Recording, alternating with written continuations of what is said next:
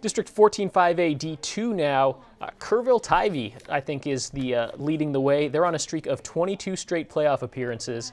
Do you think they'll win the district again this year, David? Yes, they got some talent. They got some talented people. Although they're I say that I'm being wishy-washy now. They better not stumble because or they better not look over their shoulder or whatever. Alamo Heights and Champion are tough.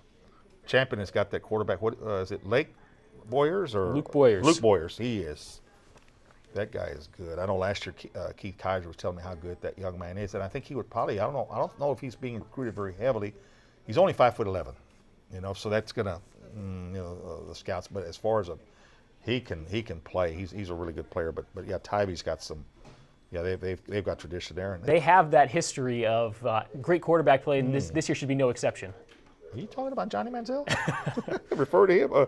Yeah, they've got Cole Mears. I hope I'm pronouncing that right. Miers.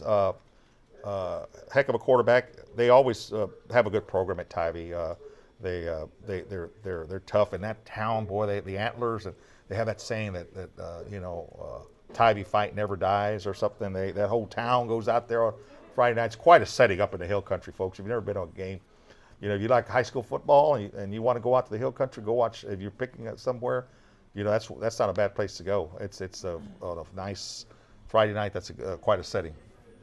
Looking at some of the other teams in this district, Medina Valley, Alamo Heights were both just sneaking into the playoffs last year. Do you see that happening again this year? Yeah, Heights. I actually think Heights. I've got them. I think Texas football. I think had champion too. I think Alamo Heights got to finish runner-up. As good as Alamo Heights is, you talk about. As good as champion is. I've got Heights over them, and talk about quarterbacks. They've got Luke Boyers. Champion does, who's a prolific quarterback. You talk about a good high school dual threat quarterback.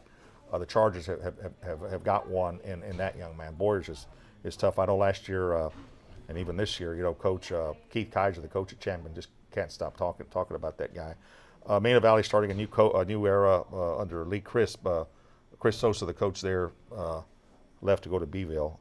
And then who else is in that district? Lockhart and Uvalde? Kennedy and Memorial rounding it out. Yeah, so some interesting rivalry games. I think when we talk about some of these really great teams, you think about 6A at first, but Alamo Heights, Boerne Champion, Kerrville Tivy.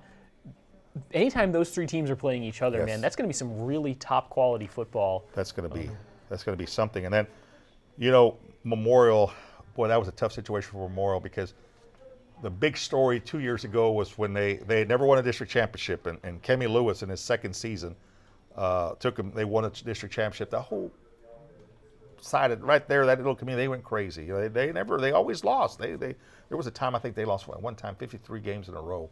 Years back in the 80s and stuff. So they did real good. So what does the UIL do and realignment? Because at that time they were in a district with the SISD. So what do? They put them in with the Hill Country District, and so proof is in the record. And they just won one game last year. They went from 7-4 to 1-9. But and Kennedy also struggled mightily.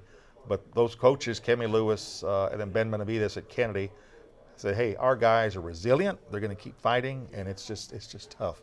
It's just tough because, they're in the same classification, but they don't quite have the same numbers. If there's a 4A, a 5A Division II, if you will, well, they're on the lower end of that Division II, whereas, obviously there's a range of enrollment, and they don't have the numbers, and also they don't have some of the advantages that those other schools have, but your heart kind of goes out with those kids because they still compete hard.